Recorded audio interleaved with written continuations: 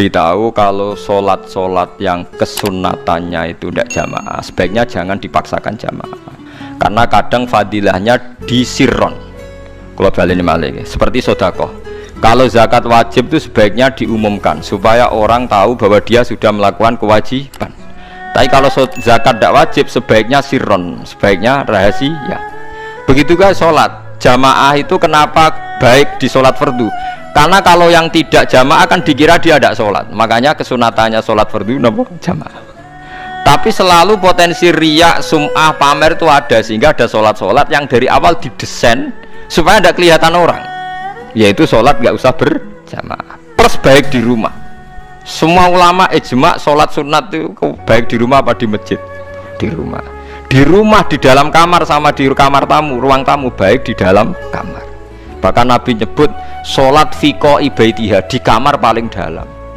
Nah, bagaimana mungkin sholat yang sudah didesain sirron begini, misalnya kayak tahajud, disunatno bengi-bengi ben ra wong roh, disunatno ning jero kamar ben wong ra roh. Jebule jamaah kan jadi aneh kan. Tapi kan tentang ya goblok, barang apa kok mbok tentang.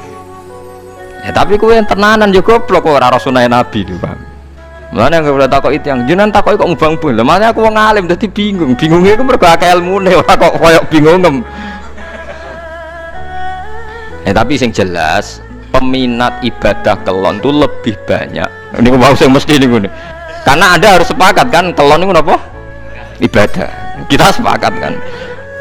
Dan itu peminatnya banyak. Itu sekali ada pengganggu pasti dikomentari tidak baik. Padahal pengganggu nih ngajak tahajud. Itu akhirnya kan tahajud jadi korban dikomentari gara-gara penggang. Nah, itu yang saya tidak senang. Dieling-eling. Yang keempat, ini makom saya tapi jangan sampai tiru. Ada thariqah namanya mulamatiyah yang pernah disebut di mana ya mulamatiyah. Orang yang maca malamatiyah. Ada ulama itu seumur-umurnya itu tidak pernah sholat qobliyah ba'diyah. Tapi jangan tiru, kalau ngomong saya ulang-ulang jangan tiru. Nah, kalau sering tiru, mboten nate sholat qobliyah ba'diyah. Termasuk yang menentang itu Abdul Hasan Asy'adili dulu ketika beliau belum wali papan atas. Ulama mulamatiyah itu kalau katoan itu dengkulnya ketok, jadi agak-agak pupu paling bawah itu ketok lanang loh. Makanya coba yang wedok nih lanang bakat lanang. Kalau wong wedok kan auratnya semua tubuh. Jadi rodok katoan cekak. Pas Abdul Hasan Asy'adili liwat tuh dia ingkar, dia ulama kok katoan cekak atau sholat sunat. Hasan Asy'adili yang jadi thariqah sama Syadziliyah loh. Itu juga pernah wali anyaran, janggal dia kan cek wali perfect, wali seneng sempurna. Nah, akhirnya ketemu sama ulama itu ternyata jagongan yang antarane langit be bumi. Kok orang tadi sing katokan cekak itu kok orang tadi. Terus digojol sana. Kamu jangan nyindir saya, jangan ngenyek saya. Makomamu cek dura. Kamu lihat itu umatnya Muhammad banyak. Itu sing iso ngancani aku. Ternyata dia itu punya thariqah kumpul wong bid'ah, wong sekuler, wong nakal, supaya mereka untuk rahmat mergode ini. Karena dekne mantep para pangeran, gak mungkin wong bid'ah, wong salah tak awari aku kena azab. Mesti pangeran ngergani aku. Jadi dekne ngancani wong nakal itu demi supaya wong nakal ora kena azab. Mergo diproses ilallah. Diproses didakwai napa? Ilallah. Sebab barokah ini dekne dadi wali. Terus dekne salat sunat qobliyah ba'diyah dekne berat. Kok tahu belas alasannya dijak sholat fardu ya abot, nak nganti disangka qobliyah ba'diyah penting malah abot. Mulane aku rasa sholat qobliyah ba'diyah lah iku sing makome iku kula baleni malih. Dijak sholat fardu wae abot. Nak nganti aku qobliyah zuhur 4 rakaat, ba'diyah zuhur 4 rakaat. Atau 2 rakaat, tapi paling afdal kan papat khusus zuhur lho nggih. Kaya apa? Dadi dekne nunjukno nak Islam iku mau sholat fardu fakot, ora luweh, ora kurang. Niku dadi wali mulamatiyah sing digo tawassul teng Marakib Syekh Abdul Qadir apa Jilani ya mulamatiyah. Iku wali-wali anti salat qobliyah, anti salat ba'diyah. Lane kula niku nganti sakniki nggih jarang teng kampung kula niku terkenal Gus Bae iku wong alim ora tau salat sunat. Ya anggere wong narukan salat sunat kabeh aku malah ora, tapi nek ora kabeh aku tak salat ta. Pokoke sementing ku ya sementing beda. Sementing beda. Dia alasannya masuk akal. Alasannya masuk akal. Maka itu Abdul Hasan Asy'adili pernah juga diingatkan wali-wali yang lebih senior. Begitu juga Abu Yazid Al-Bustami, beliau juga pernah dipermalukan wali-wali agak preman. Tapi itu cerita wali, sampean harus percaya karena ini cerita ilmu hal. Abu Yazid itu seorang wali besar, makanya kan masyhur, banyak santri namanya Bustami itu dulu tafal sama Abu Yazid sinten Al-Bustami. Itu dia wali, ya wali Menara Gading, dia yang ngajar di pondok awalnya begitu ngajar, pokoknya jadi wong soleh. Niki cerita, sing cerita kula nggih kiai-kiai. Cuma nak cerita niki kula ora roh referensi ini, tapi kula nate diceritani. Nah, sing tadi saya tahu kitabnya. Jadi fair secara akademik, sing wau kula roh kitabnya. Nah, niki jari cerita. Tapi kula percaya, karena saya tahu padanannya, tidak sepersis itu tapi tahu padanannya. Dia itu mimpi, ya Allah saya ini nanti di surga bersama siapa? Saking yakinnya dia soleh, jadi mantep papan atas, gak pantas ono sing baturi dekne napa ning swarga. Mbak pangeran dijawab, wis ngono mbek Ruhin gitu. Ternyata si Ruhin ini yang ditunjuk di mimpinya itu orang yang kumpul wong mabuk-mabuk di warung mabuk, warung mabuk, warung flare, warung. Terus dia ke situ tanya Ruhin yang lain gak ada ya keriting ndak itu ya semuanya orangnya itu tok itu ngelek keriting ndak semuanya itu tok. Tanya-tanya nggak ada yang lain terus. Mosok wali kancaku kok awor wong-wong napa mabuk. Dia akhirnya balik kanan. Wah, nak ngono ngipiku kok setan. Terus dicetok be wali tadi. Ya Aba Yazid, ya betul, memang teman kamu di surga itu saya. Padahal tidak ngomong apa ya, memang tiba. Ya betul, memang teman kamu di surga itu saya. Wah, ya wali tenar maksudnya bro. Terus ditanya, kenapa kamu berteman orang-orang mabuk? Dinya be, cangkemmu sing darani aku kancanan sopo. Aku iku ning gone warung mabuk mau ngombe banyu putih. Nak kancaku do mabuk aku orang banyak. Iku ape tak tobatno, sing separuh wis ning masjid, saking nyabariku ngancani, tapi aku ngombe banyu putih. Sing separuh tugasem kok. Senengane nyalahno wong. Waduh. Wali biasa kumpul santri kon nobatno preman.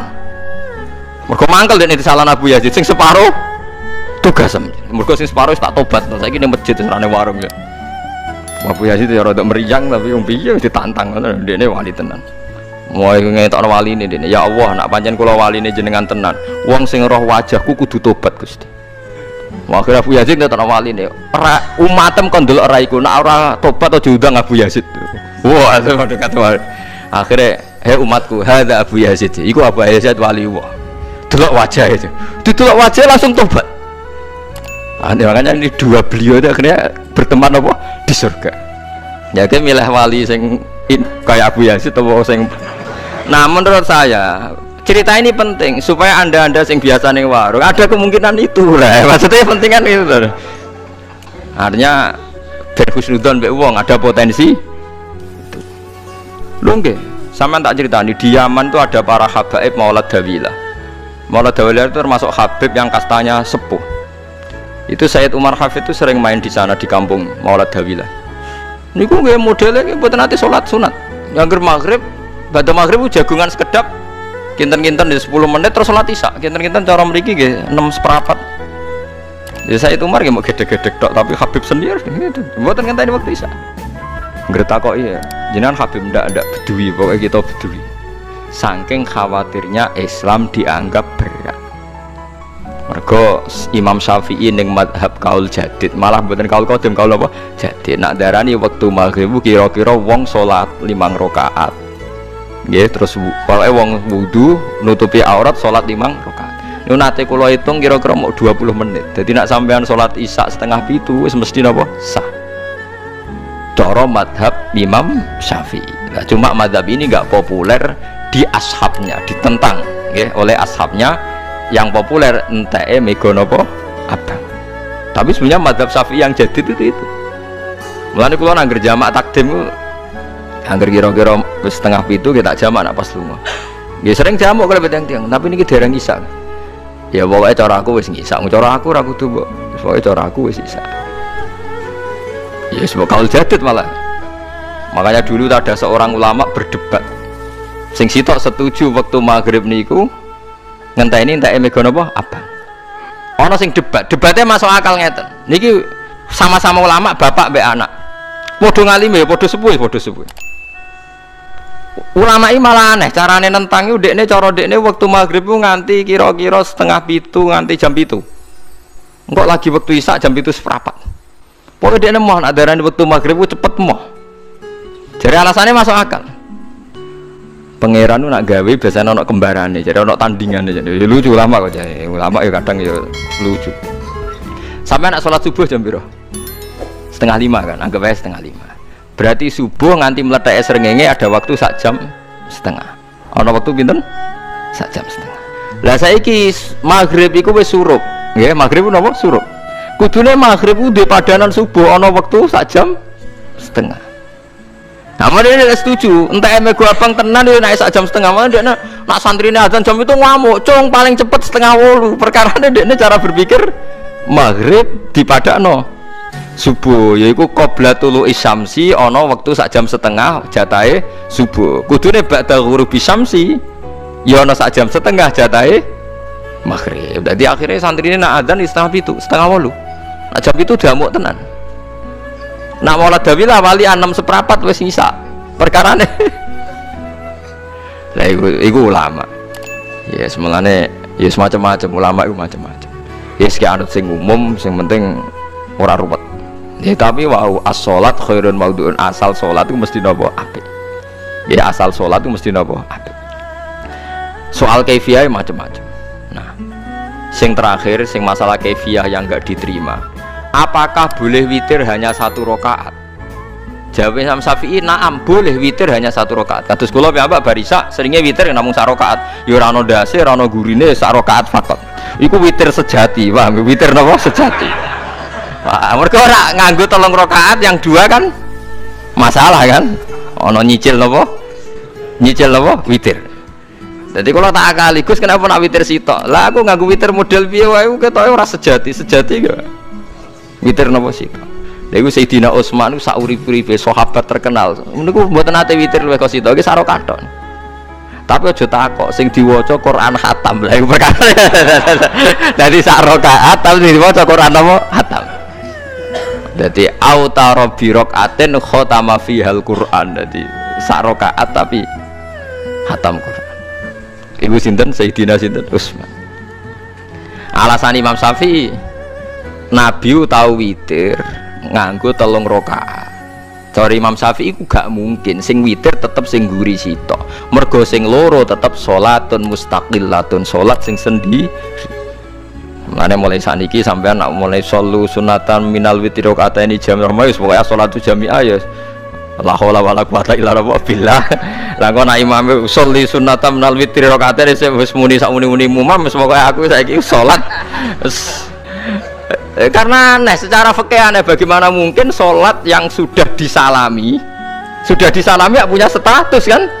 Sholat saya gantung sholat setelahnya, lalu gunanya salam menutup untuk apa? Maksudnya assalamualaikum sementara Gusti ini masih ada.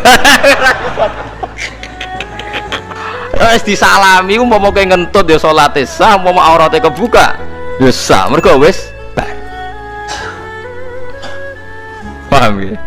Jadi sholat itu raiso, jadi mulanya jadi kontroversi.